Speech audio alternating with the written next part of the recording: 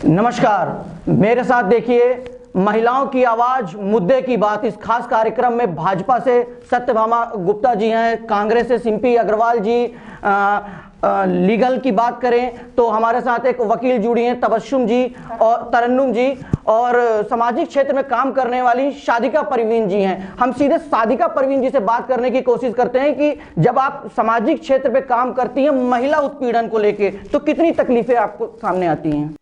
देखिए जुबैर जी, मैं जितना वक्त सामाजिक रूप से कार्य करने में अगर दे सकती हूँ अपने घर परिवार को भी देखते हुए, तो मैं समाज के जैसे छोटे छोटे गांवों में भी जाती हूँ और महिलाओं के उनके उत्पीड़न के बारे में उनसे जानकारी लेती हूँ, समझती हूँ। सबसे पहले तो महिलाओं में उत्पीड़न इस वजह से भी होती है कि उनमें शिक्षा की कमी होती है और छोटे छोटे गांवों में शिक्षा की प्रणाली उतनी नहीं होती है जिससे महिलाएं सशक्त हो सकें।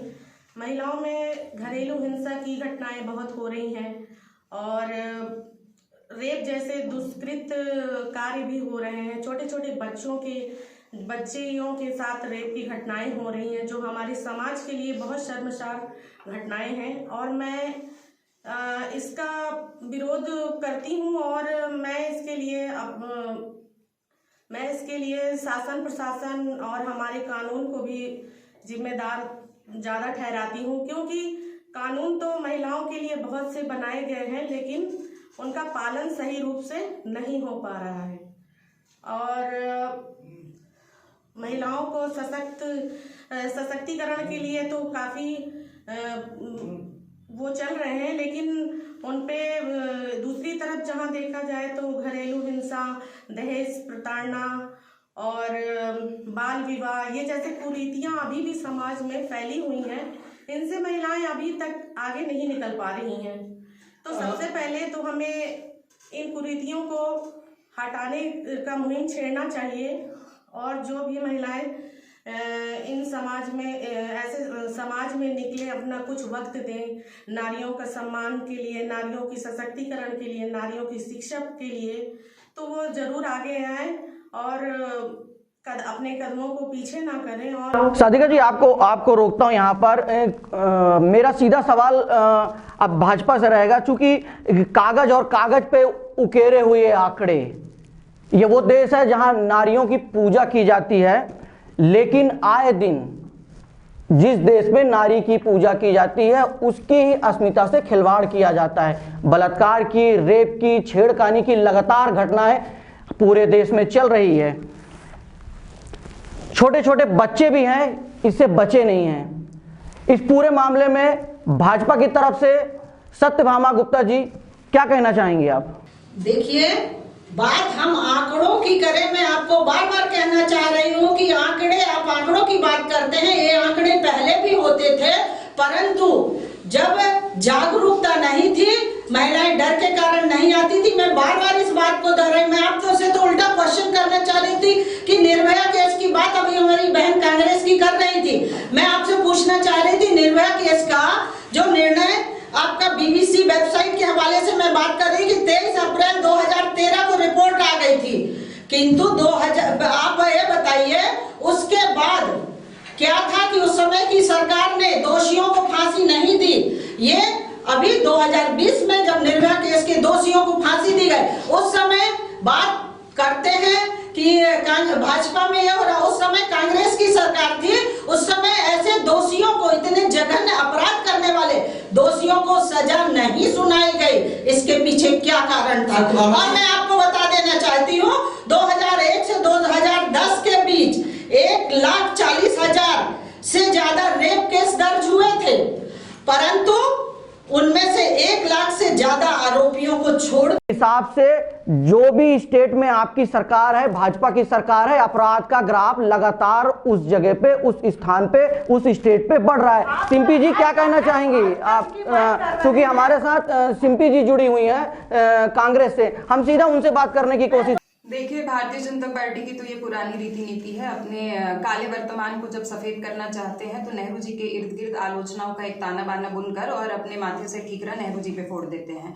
शुरुआत करूंगी क्योंकि ये एक सामाजिक मुद्दा है, इसमें कोई संदेह नहीं है, लेकिन टाट की कुर्सी पर बैठे हुए अधिकारियों और नेताओं की मानसिक संवेदनाएं कहाँ मर जाती हैं जब हाथरस की बिटिया का जो वीडियो वायरल होता है, उसके पार्थिव शरीर को उसके घर के आंगन में पहुंचने के बजाय अधिकारियों को सुपुर्द कर दिया जाता है और मध्य रात्रि उसका जो अंतिम संस्कार है वो प्रशासन द्वारा कर दिया जाता है।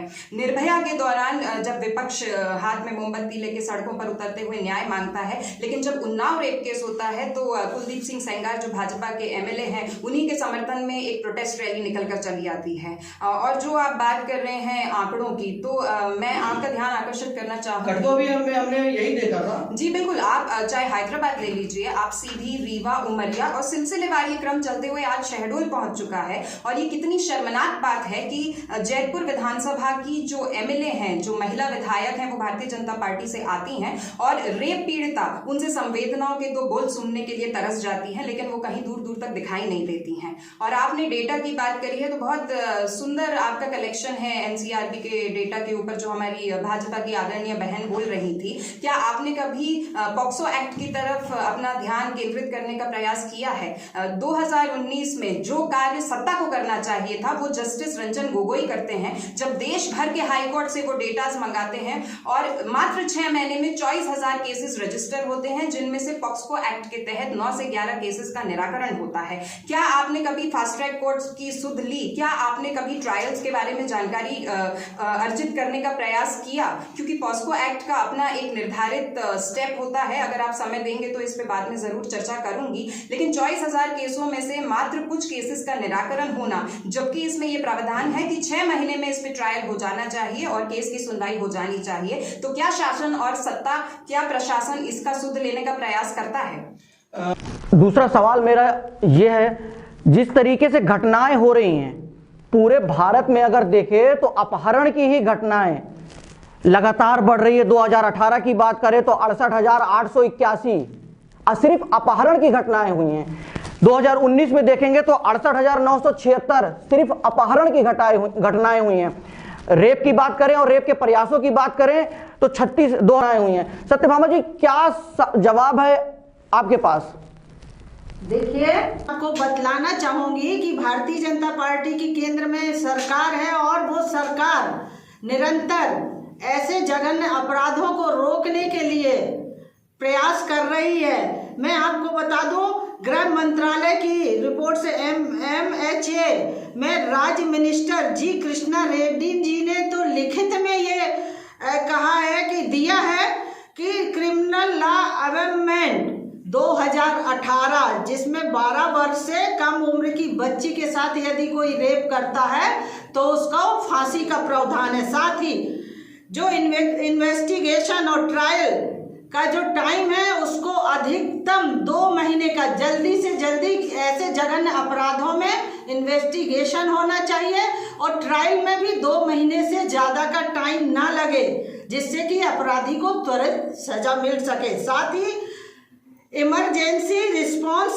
सपोर्ट सिस्टम लागू किया गया है 112, जिसमें यदि कहीं कोई किसी तरह की किसी महिला के साथ कोई ऐसा कार्य होता है तो वो 112 में तुरंत कर सकती है डायल और उसको तुरंत वहां पर कार्रवाई के लिए सिस्टम मिल जाएगा। साथ ही नेशनल डेटाबेस सेक्स अपराधी 2018 की मैं बात करूं तो अपराधियों की लिस्टिंग जिसमें होना चाहिए, जिसमें हुआ है, जिससे एक लिस्टिंग होती है अपराधियों की कि ये अपराधी कौन कौन है। एक राज्य में नहीं, पूरे देश की बात है, क्योंकि अपराधी ज़्यादातर एक प्रदेश में अपराध करता है और वो दूसरे प्रदेश में चला जाता है, जिससे कि वो सजा से बचता रहता है। ऐसे अपराधियों की लिस्टिंग का प्रावधान किया है। निर्भया केस का जो निर्णय आपका BBC वेबसाइट के हवाले से मैं बात कर रही कि 23 अप्रैल 2013 को रिपोर्ट आ गई थी,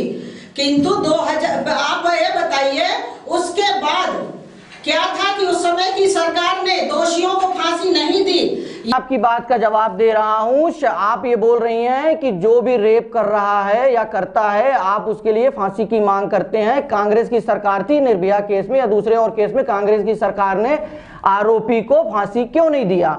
लेकिन मैं ये आपसे जानना चाहता हूं कि शहडोल में हाल में ही घटना हुई, क्या आपने कोई प्रोटेस्ट भाजपा की तरफ से किया, चूंकि वो भाजपा का मंडल अध्यक्ष था? इसमें क्या कहना चाहेंगे आप? अभिशाप है ऐसे लोग के लिए। तो मैं मांग करूंगी कि जो इस तरह का दोषी हो उसको तत्काल जो भी कार्रवाई करके उसको सजा मिले। उसके लिए थाने में भी पुलिस वालों को भी सही कार्रवाई करके तुरंत उसको कोर्ट में देना चाहिए और न्यायालय में भी उसको त्वरित कार्रवाई करके ऐसे अपराधियों को सजा दें, जिससे कि समाज में लोग ऐसे अपराध करने से डरें। रेप की जो घटनाएं हैं उसमें लगातार इजाफा हो रहा है। पंजाब की बात कर लें, छत्तीसगढ़ की बात कर लें, राजस्थान की बात कर ले, वहां भी इजाफा हो रहा है। बहरहाल अब हम बात करना चाहते हैं, हमारे साथ तरन्नुम जी जुड़ी हैं, इस पूरे मामले में लीगल जानकारी वो देंगी। तरन्नुम जी, लगातार घटनाएं हो रही हैं, लगातार रेप की जो घटनाएं उसमें इजाफा देखने को मिल रहा है। आप कैसे बता सकती हैं कि क्यों बढ़ रहा है, क्या कारण है? और जब आपके पास, चूंकि आप लॉयर हैं और आपके पास जब पीड़ित महिला आती हैं, कितनी तकलीफों का सामना करना पड़ता है उसको? FIR दर्ज हुई तो हम लोग उसके, जब हमारे तक प्रकरण पहुंचता है तो हम लोग उस पर पूरी कार्रवाई करते हैं। एक्चुअली होता क्या है कि जब ये रेप की घटना जैसे आती है, अधिकतर कई जगह ऐसा होता है कि उनको उनके घर के लोग, कुछ समाज के लोग उस अपने इस चीज को बढ़ावा ना दें, या उनके आगे चलकर इनके भविष्य पे कोई मतलब प्रभाव पड़ेगा, उनका शादी ब्याह ऐसा संबंधित कोई चीज नहीं हो पाएगी। इस कारण से बहुत से लोग क्या करते हैं, आधे में अपने प्रकरण को वापस ले लेते हैं या उसको उस पर वापस चले जाते हैं। इस कारण से हम लोग उनको पूरी तरीके से न्याय नहीं दिला पाते। हम चाहते हैं कि अगर आप इस पे आगे आए हो तो इस पे पूरे पावरफुल के साथ आगे आइए। क्या है एक्चुअली, क्या देखिए, कानून है, कानून में आपको सारी सुविधाएं दी गई है, हर चीज कानून की स्थिति बनी हुई है। लेकिन अगर अपन कानून से हटके कोई कार्य करते हैं, कानून से हटके कोई कार्य करते हैं तो अपन उस कानून को लेकर आगे नहीं बढ़ पाएंगे। हम ये चाहते हैं कि अगर आप आगे आए हो तो आपको हर प्रकार की शर्म छोड़नी पड़ेगी। शर्म के साथ साथ मेरा कहने का मतलब ये है, आपके साथ जो घटना घटित हुई, आपके इसे मतलब आपके मानसिक और शारीरिक पे आपको इतना प्रभाव पड़ा, ठीक है, उसके कारण उसके घर परिवार वाले आगे आते हैं, महिला स्वयं जो पीड़ित है वो आगे आती है, उसको पूरा स्वतंत्रता रूप से वो हमारा न्याय विभाग उसको वो देता है कि आप अपने मतलब अपने सारे विचार, आपके साथ जो कष्ट हुई है, जो पीड़ित हुई हो, आप अपना सब कुछ बता सकती हो। लेकिन कई जगह समाज के कुछ ऐसे रीतियां होती हैं, जो समाज की कुछ ऐसी जो रीतियां हैं जो मतलब आगे नहीं बढ़ने देती उनको, तो वो उस चीज को वापस ले लेते हैं। जी, लेकिन पूरे देश में जीटीआरबी रिपोर्ट की बात करें तो 2019 में प्रतिदिन 87 बलात्कार की घटनाएं प्रतिदिन हो रही। सरकार बदल रही है, सरकार के तमाम वादे बदल रहे हैं, लेकिन महिला उत्पीड़न के आंकड़े लगातार बढ़ते ही जा रहे हैं। 2018, 2019, 2020 लगातार इन बलात्कार की घटनाओं पे इजाफा हो रहा है। हम इस खास कार्यक्रम में देख रहे थे मुद्दे की बात MP 18 न्यूज़ के साथ। जल्द ही हम आपसे फिर रूबरू होंगे एक नए मुद्दे की बात, एक नए मुद्दे की आवाज़ में MP 18 न्यूज़ के मुद्दे के कार्यक्रम पे। मैं जुबैर खान,